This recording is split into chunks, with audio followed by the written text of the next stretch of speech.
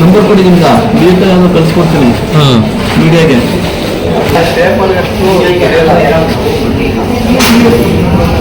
ನಿಲ್ಲಿಸ್ಬಿಡಬೇಕು. ನಿಮ್ಮ ಸಾರ್ವಜನಿಕ ಆಸ್ಪತ್ರೆಯಲ್ಲಿ ಹಣ ದುರುಪಯೋಗ ಆಗಿದೆ ಅಂತ ನೀವು ಸುತ್ತೋಲೆ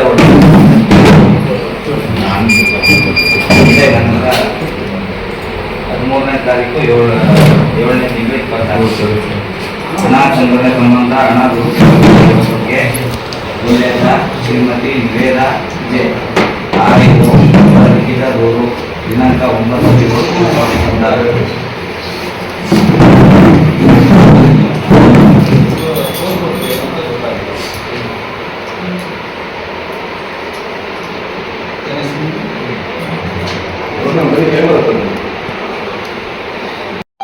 ಇದು ನಡೀತಾ ಇದೆ.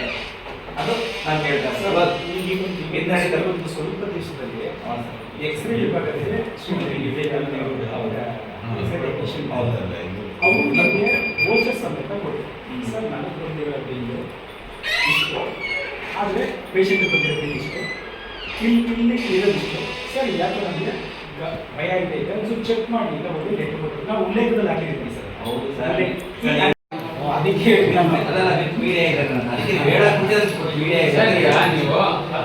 ಹೇಳೋದಕ್ಕೆ ತಪ್ಪೇನಿದೆ. ಈಗ ಸರ್ ನಿಮ್ಮ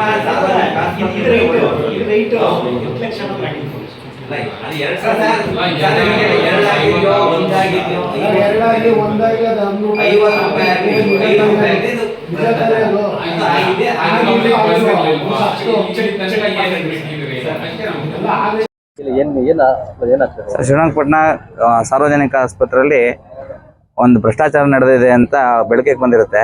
ಅದನ್ನ ವಿಚಾರಿಸಕ್ಕೆ ಅಂದ್ಬಿಟ್ಟು ನಾವು ನಮ್ಮ ವೈದ್ಯಾಧಿಕಾರಿ ಹತ್ರ ಬಂದಿರ್ತೀವಿ. ಅವರ ಖಚಿತ ಮಾಹಿತಿ ಮೇರೆಗೆ ಬಂದಿರ್ತೀವಿ. ಸುತ್ತೋಲೆ ಹೊರಡಿಸಿರ್ತಾರೆ ಅವ್ರ ಹಾಸ್ಪಿಟ್ಲಲ್ಲಿ. ಆ ಸುತ್ತೋಲೆ ಒಂದು ಕಾಪಿ ನಮ್ಗೆ ಸಿಕ್ಕಿರುತ್ತೆ. ಅದನ್ನ ವಿಚಾರಿಸಕ್ಕೆ ಅಂತ ಬಂದಿರ್ತೀವಿ. ಅವ್ರು ನಡೆದಿದೆ ಅಂತ ಒಪ್ಕೋತಾರೆ.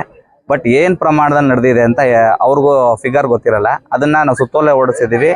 ಅದನ್ನ ಪರಿಶೀಲಿಸಿ ಅದನ್ನ ನಿಮ್ಗೆ ತಿಳಿಸ್ತೀವಿ ಅಂತ ಹೇಳ್ತಾರೆ ಸರ್.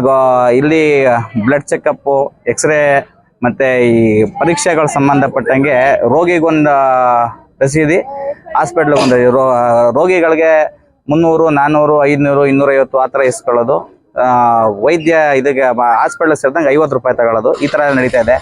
ಇದು ಮೋಸ ನಡೀತಿರೋದು. ಯಾಕಂದರೆ ಗೌರ್ಮೆಂಟ್ ಹಾಸ್ಪಿಟ್ಲಿಗೆ ಬರ್ತಾರೆ ಜನಗಳು.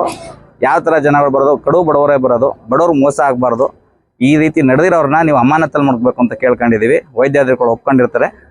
ಹಾಗೂ ಇದನ್ನ ಆರೋಗ್ಯ ರಕ್ಷಾ ಸಮಿತಿಗೆ ಇಲ್ಲಿ ಲೋಕಲ್ MLA ಅವರು ಇರೋದ್ರಿಂದ ಅವ್ರ ಗಮನಕ್ಕೆ ತರ್ತೀವಿ ಅಂದಿದ್ದಾರೆ.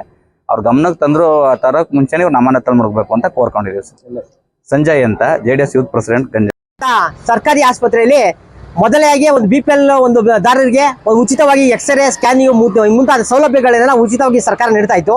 ಈ ನಡುವೆ ಕಾಂಗ್ರೆಸ್ ಸರ್ಕಾರ ಬಂದ ಮೇಲೆ ಎಲ್ಲದಕ್ಕೂ ಒಂದು 50 ರೂಪಾಯಿ ಕಟ್ಟಿ, 100 ರೂಪಾಯಿ ಕೊಟ್ಟು, 200 ಕೊಟ್ಟಿ ಅಂತೇಳಿ ಎಲ್ಲದಕ್ಕೂ ಪ್ರತಿಯೊಂದು ಚಿಕಿತ್ಸೆಗೂ ಒಂದು ಹೆಚ್ಚಿನ ನಾವು ಬಡವರು ಬಳಸಂತಾಗಿದೆ.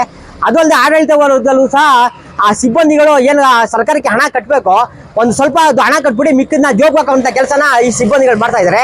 ಮತ್ತೆ ಇದು ಸಮಿತಿಗೆ ಮಾನ್ಯ ಶಾಸಕರೇ ಅಧ್ಯಕ್ಷ ಆಗಿರೋದ್ರಿಂದ ಇದ್ರ ಬಗ್ಗೆ ಹೆಚ್ಚಿನ ಕ್ರಮ ವಹಿಸಬೇಕು. ಯಾರು ಆ ಥರ ಸರ್ಕಾರಕ್ಕೆ ಮೋಸ ಮಾಡಿದ್ದಾರೆ ಅವ್ರಿಗೆ ಕ್ರಿಮಿನಲ್ ಒಂದು ಕೇಸ್ ಮಾಡೋ ಮುಖಾಂತರ ಅವ್ರಿಗೆ ಕಠಿಣ ಶಿಕ್ಷೆ ಆಗಬೇಕು. ಮತ್ತೆ ಮುಂದಿನ ದಿನಗಳಲ್ಲಿ ನಮಗೆ ಉಚಿತವಾಗಿ ಒಂದು ಏನು ಸೌಲಭ್ಯಗಳು ಸರ್ಕಾರ ಕೊಟ್ಟಿದೆ ಅದು ಪ್ರಾಮಾಣಿಕತೆಗೆ ನಮ್ಗೆ ದೊರಕಲಿಲ್ಲ ಅಂತ ಹೇಳಿದ್ರೆ ಮಂಡ್ಯ ರಕ್ಷಣಾ ವೇದಿಕೆಯಿಂದ ಉಗ್ರ ಹೋರಾಟನ ಏನು ಆಸ್ಪತ್ರೆ ಇದ್ರೆ ಮುಂದೆ ಹಮ್ಮಿಕೊಳ್ಬೇಕಾಗುತ್ತೆ ಅಂತ ಎಚ್ಚರಿಕೆ ನೀಡ್ತಾ ಇದ್ದೀನಿ. ಬಿ. ಶಂಕರ ಬಾಬು, ಮಂಡ್ಯ ರಕ್ಷಣಾ ವೇದಿಕೆಯಿಂದ.